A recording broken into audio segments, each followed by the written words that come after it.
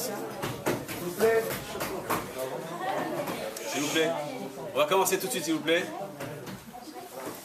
Alors, c'est vrai qu'à la session de Touche pas à ma Torah, il y a certains sujets qui n'ont pas été abordés. On va les aborder dans les prochaines sessions.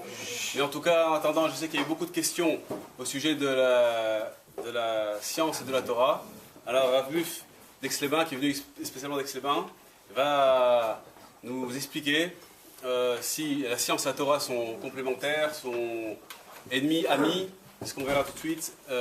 C'est très intéressant. Rav Buf est déjà venu l'année dernière. On a tous beaucoup apprécié son intervention. Ce soir, ça va être très intéressant. Je vous laisse découvrir. Juste, je précise, ce soir c'est un jour un peu spécial.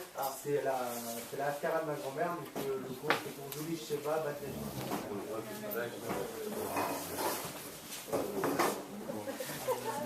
Moi je vais vous demander quelque chose.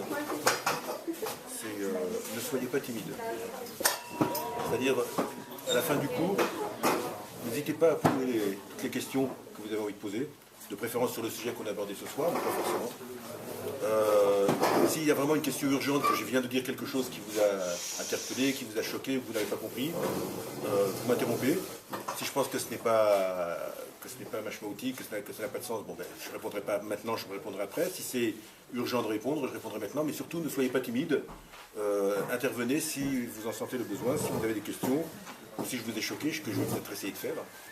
On verra. Donc, parler de la science, c'est le moment de le faire. Parce qu'on rentre dans le mois de Kislev. Le mois de Kislev, c'est le mois de Hanouka.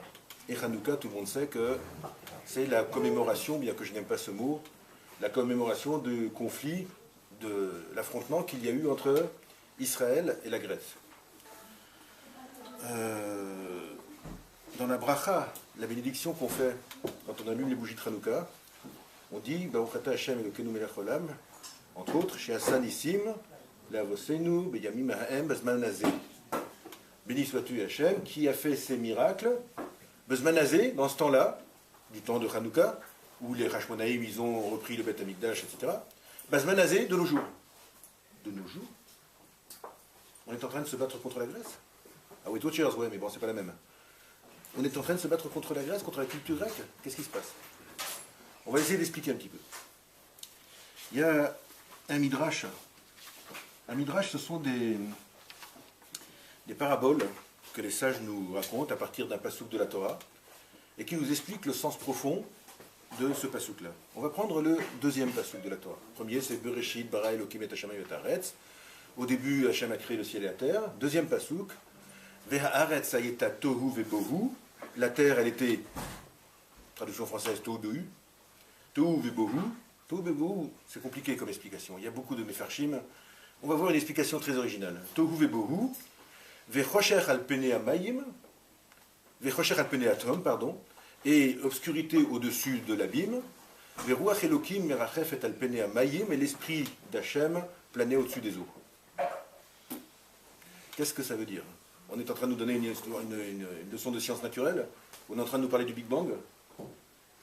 Peut-être bien que oui, mais ce n'est pas ça qui nous intéresse ce soir. Ce qui nous intéresse, c'est ce que vous a dit Rabbi Shimon ben Lakish.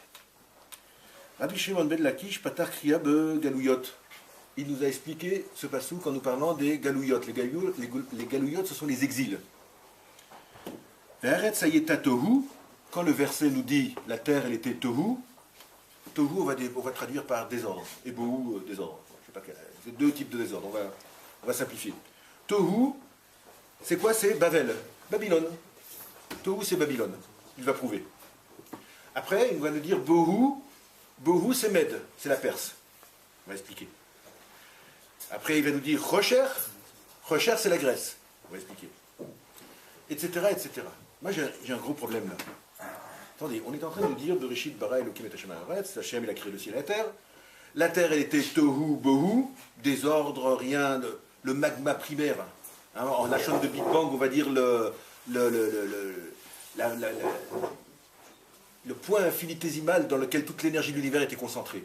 Ce qui s'appelle Tohu Bohu, parce que c'est innommable, il n'y a rien que nos yeux, que notre connaissance puisse approcher de cette chose-là. Donc en tout cas, il n'y avait rien qui n'existait. Il n'y avait pas le moindre atome, il n'y avait pas le moindre photon, il n'y avait pas le moindre électron, il n'y avait pas la moindre molécule, il y avait encore moins des hommes, il y avait encore moins des planètes. Il y avait encore moins Babel, ni Babel, Babylone, ni Mède, la Perse, ni la Grèce, ni Rome, parce qu'on va parler de Rome aussi. Rien n'existait, et voilà que Resh Lakish vient et nous dit Tohu Bohu, c'est Babel, c'est Mède. Qu'est-ce que ça veut dire?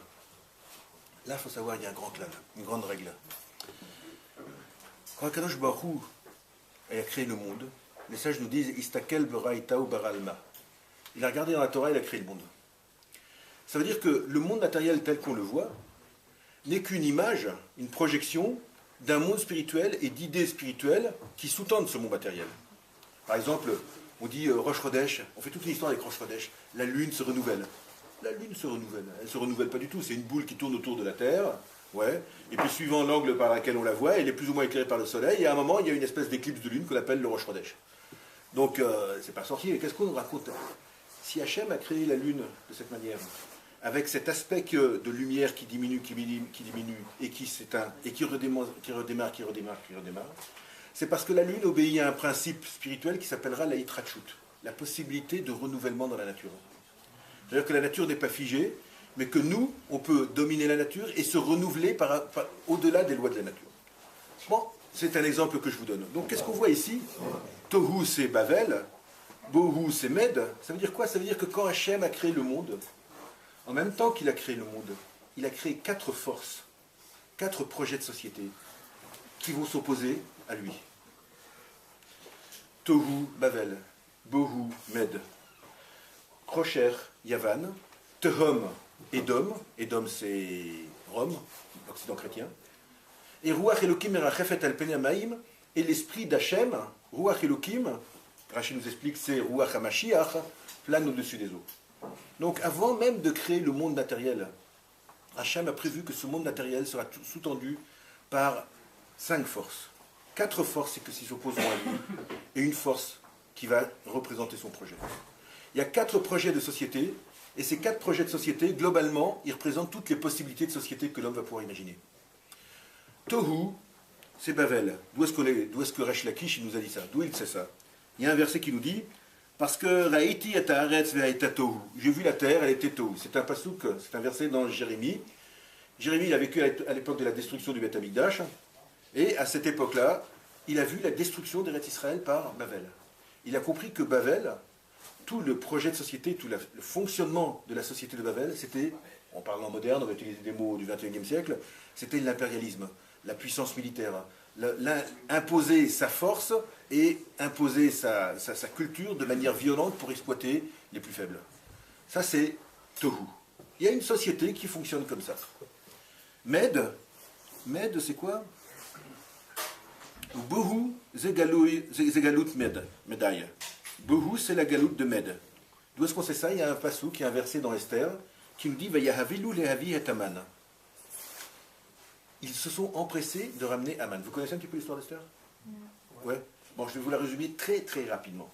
Il y a le roi Achashverosh, il a voulu installer son pouvoir. Pour ça, il a fait un grand banquet. Et il y avait des femmes, il y avait du vin, il y avait de la boisson. Il a demandé à sa femme de se déshabiller, il n'a pas voulu, il l'a tué.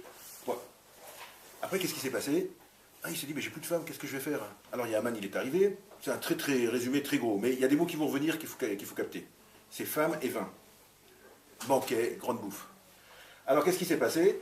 Aman, il a dit, on va chercher, tu vas te remarier, on va essayer toutes les jeunes filles du royaume. Alors, dans les 127 provinces de Mède, on a cherché toutes les jeunes filles. Achashverosh les a essayées. Quand ça ne marchait pas, il les rejetait comme un Kleenex. Et quand ça marchait, il y en a une seule, c'était Esther, il l'a gardée. Mais voilà que Aman, il a pris les Juifs en grippe, il a voulu les détruire. Esther, elle était juive, elle a voulu sauver les Juifs. Je vais très vite. Elle a fait un banquet, et il y avait du vin, il y avait de la femme, il y avait tout ça. On s'est bien amusé. Et elle a dit, on va faire un nouveau banquet, encore du vin, etc. Jusqu'à ce que Aman trébuche sur Esther, et que Esther dévoile qu'il veut détruire son peuple, et que Achashverosh décide de le pendre. C'est à ce moment-là que le passouk dit, Veyahavilu, ils se sont empressés d'amener Aman pour le pendre.